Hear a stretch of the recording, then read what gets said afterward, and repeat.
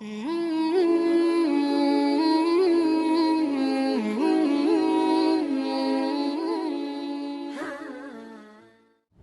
that smoking is haram. I'd like to know what's your opinion. And does smoking invalidate the fast? As far as smoking is concerned, several years before, when science hadn't advanced that far, most of the scholars used to say that smoking is makruh. Based on the Hadith of Muhammad sallallahu alaihi wasallam, which is mentioned in Sahih Bukhari, volume number 1, in the book of Adhan, Hadith number 855, where the Prophet said that anyone who eats garlic or onion, they should stay away from us and stay away from the mosque. Prophet said that, don't come to the mosque after having garlic or onion because there's bad breath. When you are smoking, the breath is worse than onion or garlic. So based on this hadith, therefore garlic and onion doesn't become haram, it was makruh.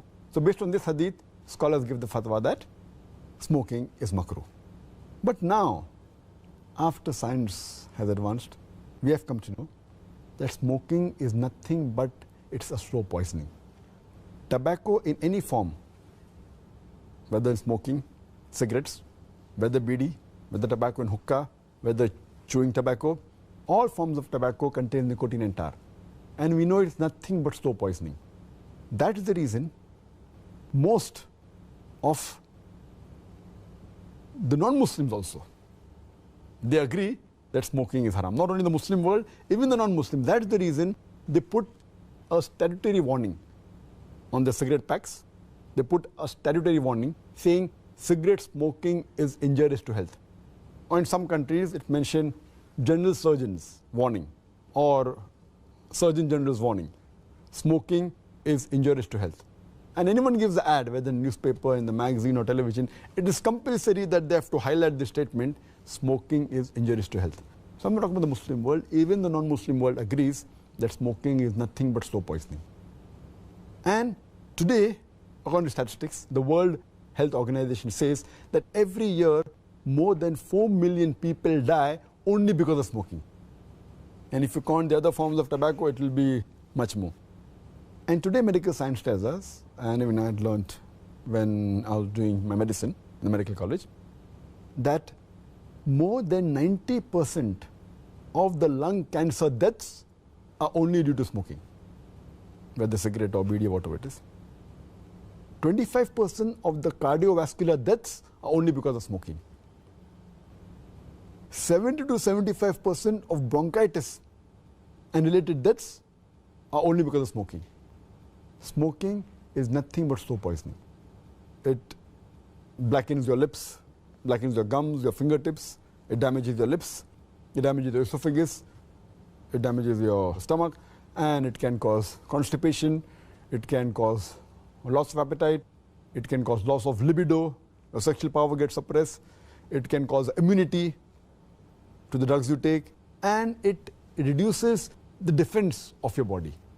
And you can only give a talk on why smoking is haram, and I've given a talk on dietary laws in Islam, and I've covered this topic in detail. Time doesn't permit me here. But based on all these various research, there are today more than 400 fatwas. The majority of the scholars, they agree that smoking is haram, and all form of tobacco is haram. There may be certain scholars of certain countries, including this country where I come from, India, they say it is makruh yet. But most of the scholars, otherwise, throughout the world, majority of them, they agree that smoking is haram. Allah says in the Quran, in Surah Araf, chapter number 7, verse number 157, that you follow the prophet, the unlettered prophet who's mentioned in your law and scriptures. And further it says that this prophet asks you to do things which are good for you, tayyib for you. So take what he gives it to you, what is lawful and good. And he prohibits things which are khabith, things which are unlawful, things which are bad for you. So what a prophet gives, what he gives you which is good, take, and he prohibits you things which are khabith, unlawful, you have to abstain from it. This is the law. And Allah says in the Quran, in Surah Baqarah, chapter number 2, verse number 195, make not your own hands the cause of your own destruction, indicating that do not kill your own self. Because smoking is nothing but slow poisoning, it comes under this category, something like suicide. Slow poisoning, every puff you take, you reduce your life. So based on this, there are more than 400 fatwas saying that smoking is haram. And furthermore, this is one of the major reasons why it's haram. Furthermore, Allah says in the Quran, in Surah Araf, chapter number 7, verse number 31, eat and drink, but do not be extravagant.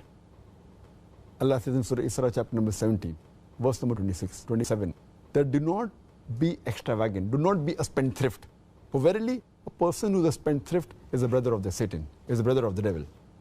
And we know that when we smoke, it's nothing but extravagance. It's nothing but taking a pound note or a few pounds, or taking a dollar note, the green dollar bill, or a pound, and lighting up with fire.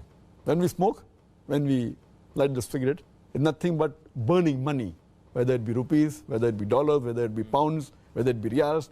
It's nothing but extravagance, which is haram in Islam. And you can give a list of reasons why it's haram. But just to cut it short, one more reason, that you cannot harm your own neighbor. You cannot harm your own brother. And in smoking, when you exhale out the smoke, it causes more damage to your neighbor. Passive smoking is more dangerous than active smoking. When the person who smokes, when he exhales out, if the person who's a neighbor inhales the smoke, it causes more damage to him than the person who smokes. That's the reason many countries like Singapore, etc., they've banned smoking in public places. In your personal house, you can do it. In public places, in government places, smoking has been banned. So based on this, it's haram. So smoking is haram.